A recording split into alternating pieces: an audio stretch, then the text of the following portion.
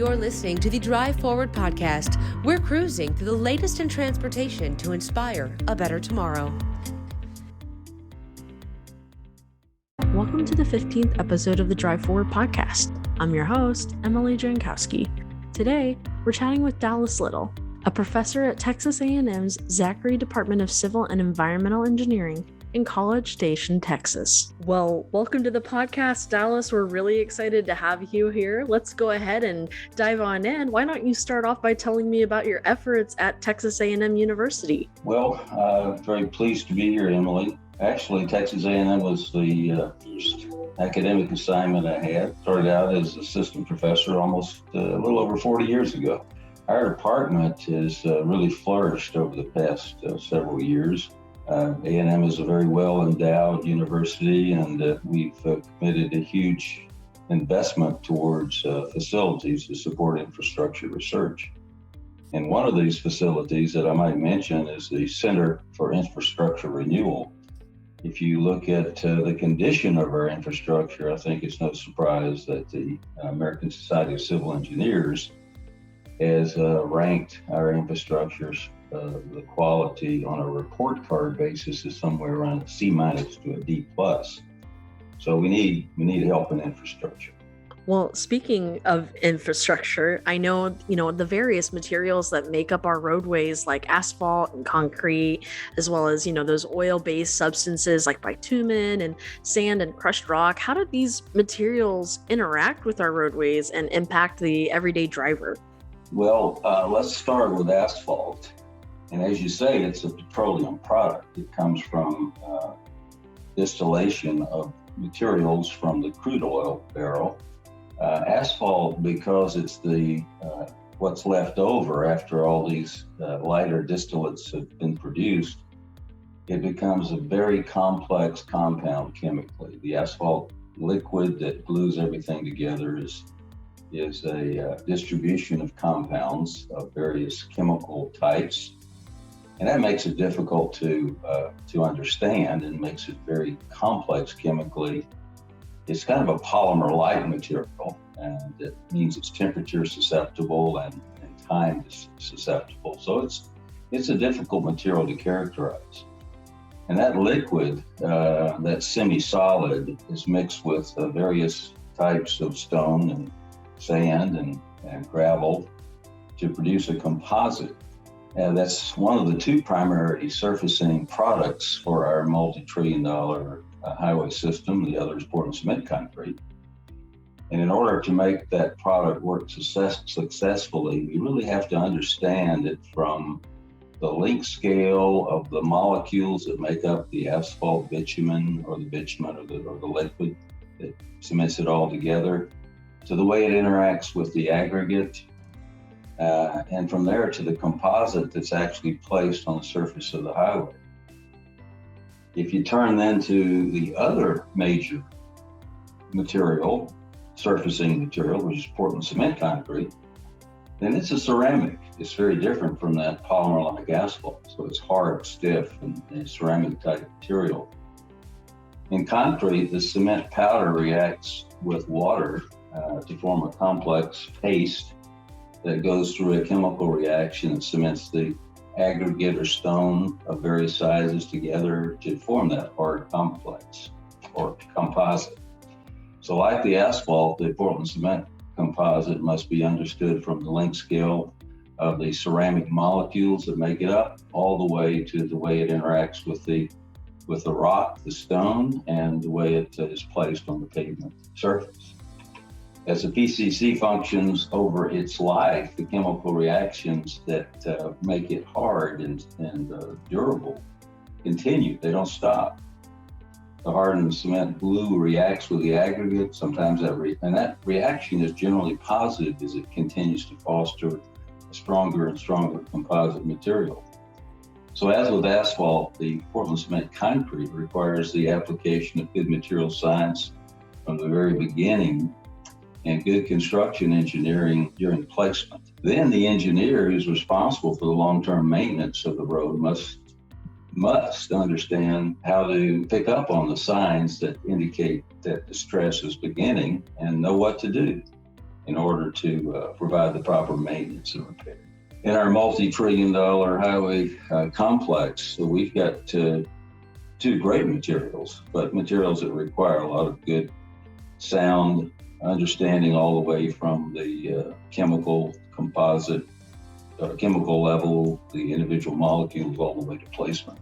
Wonderful. And you mentioned about civil engineers having to kind of keep up with the maintenance of these roadways. And that reminds me, here in Illinois, we joke a lot, right, that there's two seasons, construction and winter. But that's a great point. A lot of what civil engineers, at least here in Illinois, are tasked with is that maintenance of our roadways. And so understanding how those materials work in order to make them sustainable for the everyday motorist is really important stuff. So I appreciate you explaining that.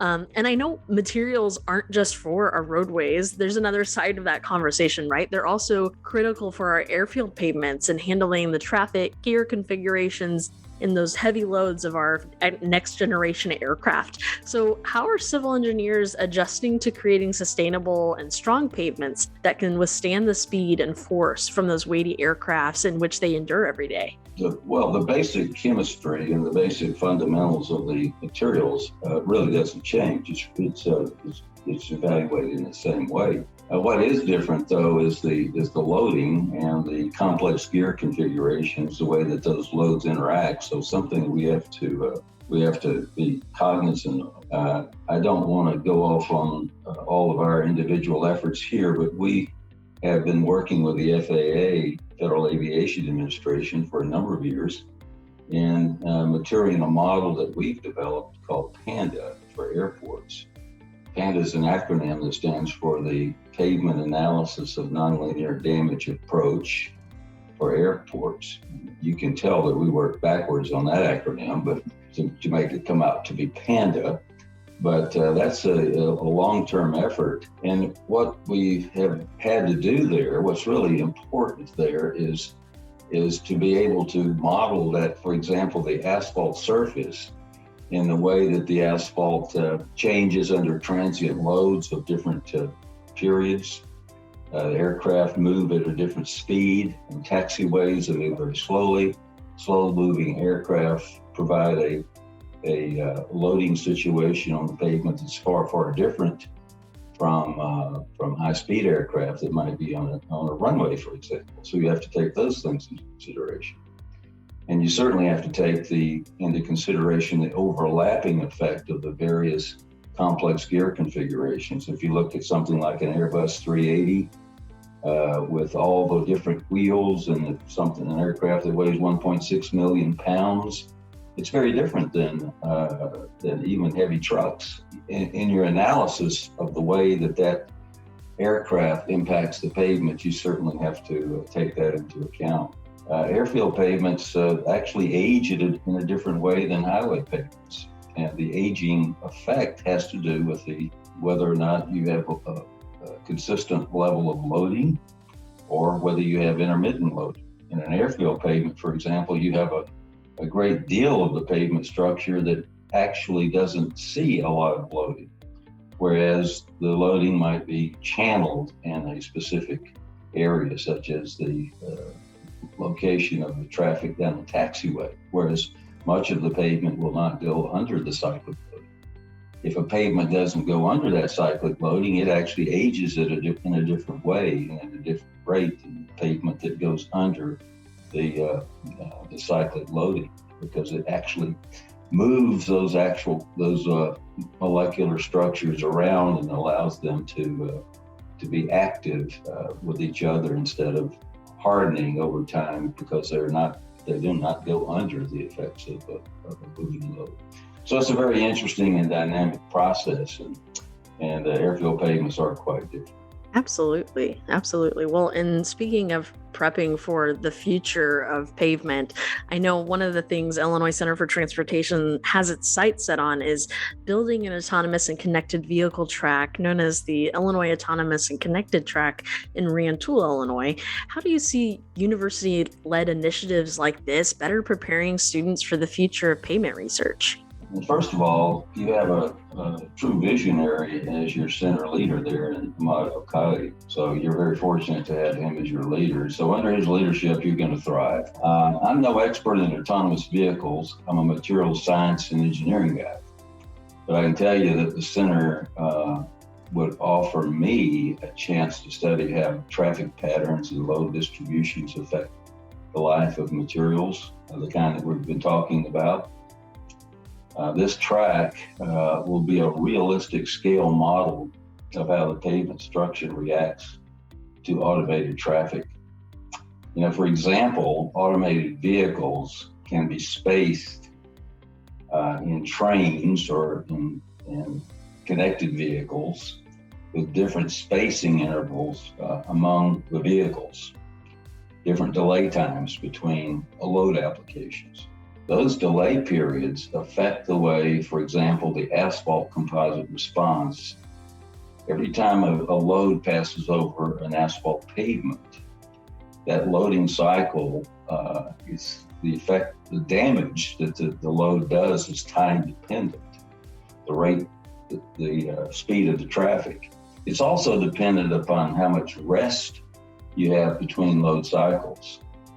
I've done about 25 to 30 years of my career has been spent on looking at the effects of recovery of the asphalt composite during rest periods. The molecular orientation, the molecules can orient themselves back into a configuration during the rest period that will allow it to partially heal or recover from the damage that occurs during the load cycle.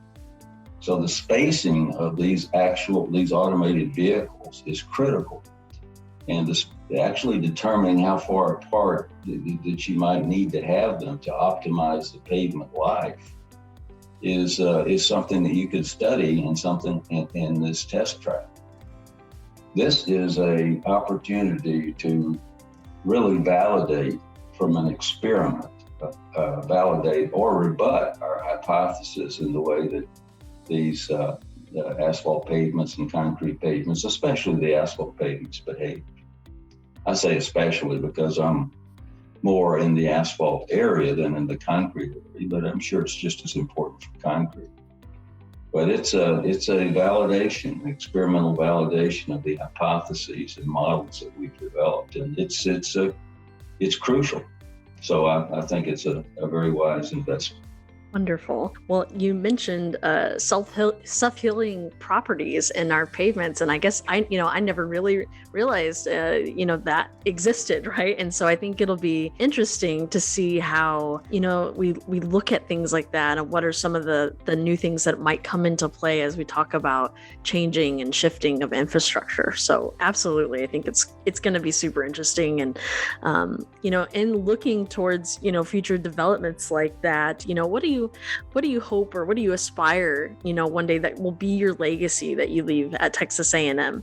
I'm a realist, and I think that unless your last name is Einstein, you probably won't be remembered very long. So I really want to settle for being remembered as a good person and with a good sense of humor. Probably that's the best legacy that I can have. But I would really hope that if I can be remembered by anything in the research area, that we made a difference in the way that we looked at some of these materials, and that our research is well used and well cited. So that's about all I can hope for.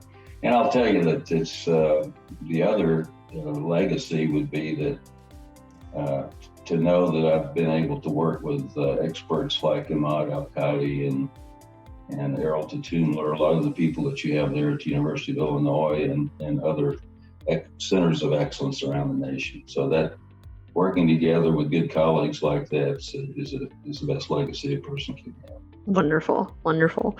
Well, that's all I had for today. Dallas, thank you so much for all you continue to do for transportation research. And I so appreciate your willingness to join us on the podcast. And listeners, as always, thank you so much for staying tuned in.